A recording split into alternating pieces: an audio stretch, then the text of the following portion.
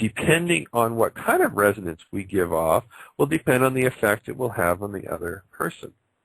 Now, what really makes it interesting is in this case here, they are also giving off an energy field as well. Yes, so in the transformer, the second coil is inert, let's say, and it just picks up the information from the first one. Now, in this case here, that person is giving off an energetic resonance. I'm giving off an energetic resonance, and there's this wonderful symphony that happens in between the two of us, or maybe somewhat of a clashing. Depends. So when you talk with somebody, when you talk with somebody right off the bat, many times you will get, hello, we have just had DC Spy, sorry. You figured it out. Join us. Thanks very much. I appreciate you tuning in. You know how many times when we first speak with somebody, we'll get a feel for them, right? And we'll even say that. We'll say, I just didn't like the feel of that person. Or we may say, man, that person, I felt like I knew them forever. It's because our energy fields are in resonance. And when things are in resonance, and resonance applies in many, many different areas, let's say music for one, resonance or harmony, then the one complements the other. However, if they aren't in resonance, aren't in harmony, then we all know what that sounds like when we listen to some people playing and they aren't in time or one's out of tune. The very same thing happens with us. Now here's where the power comes in. We can choose what type of resonance we will give off. And here's the other neat thing about it. And I can remember years ago when I used to play in kind of garage bands type thing, that as long as the drummer could hold the rhythm, could hold the beat, if the guitar player kind of got out of time, if the drummer could hold the beat, he could kind of hold everything together. And usually, let's say the guitar player, he would kind of fall back into step, if you will. But if the drummer got out of time, then everybody fell apart. And so if we can keep that steady resonance, if we can choose what we'll observe, and this kind of comes back to what I started the show with, choosing what we will focus on, seeding our external environment by saying, I wonder how this is going to work out for my benefit.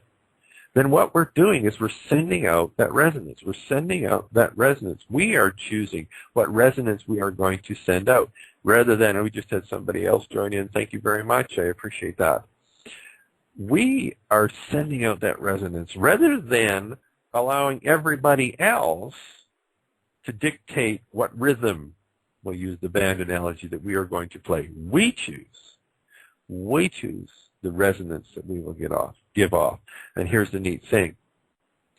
Frequencies, one that is, let's say, solid and consistent, will tend to take another one that isn't and bring it in to alignment with it. So if you are giving that off, and if you were solid, that doesn't mean you're perfect, of course, but if we work at giving that off, then if we do come into contact with somebody else, so we're getting coffee from the fella in the morning, and let's say the resonance he gives off is discordant, if we hold strong, right, if we're the drummer in the band, if we just hold strong and we keep in time, what we will tend to do, just like he's, let's say, the rhythm guitar player that couldn't keep was out of time, then we will tend to bring them into resonance with us. And when you think about it, that is very, very powerful as we understand what that is and the effect that can have on others, and the effect that we have on our external surroundings. And I see I've been keep threatening that I'm going to have to extend the show, and I see I only have 5 minutes left, but I'm really going to have to one of these days here.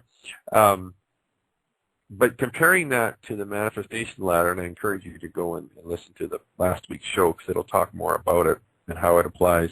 We use the 7 chakras or 7 energy centers as a framework for that, and so I'll just kind of refer to that. And there's 7, as I said, and I kind of talked quite a bit about all the way up to the last 2.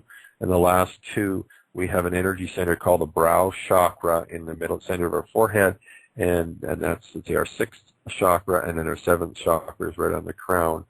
crown of our head. Our seventh chakra is our connection to Source, to God, whatever label you wish to use. It's into that sea of inspiration, that sea of creativity. And then our brow chakra, that's kind of like the radio receiver that reaches up into that and begins to resonate with it. And therefore, this is when we get our aha moments, or this is where we get these inspirations where we go, oh, right, now that's an idea. And one of the best ways to get into resonance with that is to choose our internal state of being, which is what I've been speaking about here. And the other way, or another way, and I find that this is very valuable, is meditation. And meditation, for me, is really nothing more than remembering how to become still and allowing the conundrum of stimulus and overstimulus around us, and kind of, I got 4 minutes left, so I'll close with this, the conundrum of economic stuff that's around us to dictate who we will be.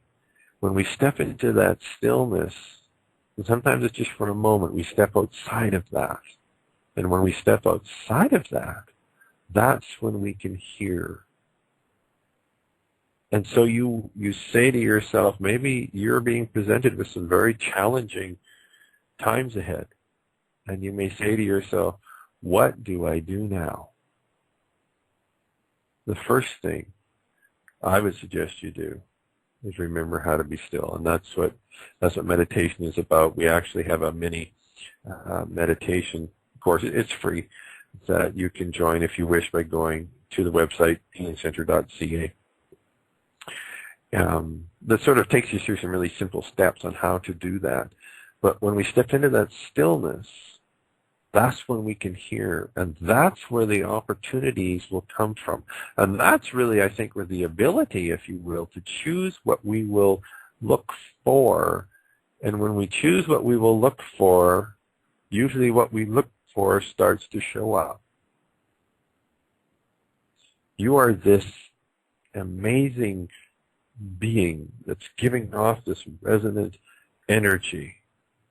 And when you choose the flavoring, the frequency of that energy that you will give off, then in that soup that we call reality and potential reality that's around us will literally begin to take form in accordance to that resonance that we're giving off. Now, stepping through that and stepping into that is a process. And as I said, the last show talks a lot about that, using the chakras as a framework. And I think it works really well. And it also gives us sort of a gauge where we can tell where we're at with different goals that we may have, or that type of thing. And I'll leave that for the other show. You can take a peek at that as well. We are down to 1 minute left. Once again, we seem to have run out of time so quickly. Thank you for joining me. Our show is every Sunday evening, 10 p.m. Mountain Standard Time. My name is Russ Lateau. I'm the founder of the Healing Center.